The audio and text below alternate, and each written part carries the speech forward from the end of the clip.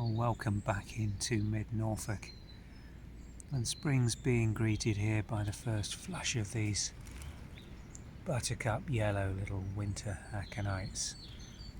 It's no coincidence that they look like buttercups, because this is a member of the ranunculus group of wild or native plants.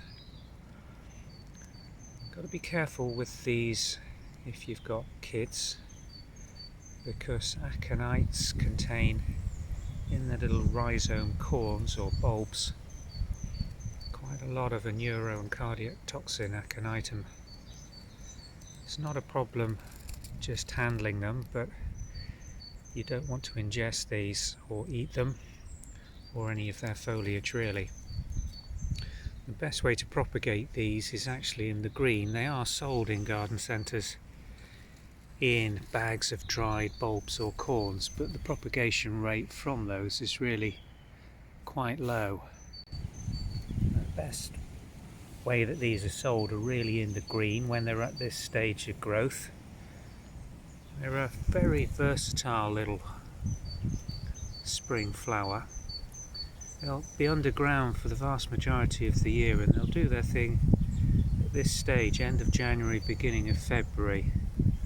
And they'll get far more florid than this in this patch. They'll tolerate most soils, but they are said to do best in a slightly alkaline soil, but any pH really will do. Semi-shade, sun, woodland. Has to be somewhere where you're going to manage a low level of grass. If they're growing in grass, well, they will mix very well with snowdrops, which is where we grow them here. Now I've dug one up for you here just to show you, and you'll see here the bulb, really it's more of a corn than a bulb. It's not a scaly bulb that could be divided at all. Little brown thing with roots coming out of it, and all the growth comes out from this. Planting depth really is only probably about an inch at the maximum, and just look here, we've got a whole variety of different sizes.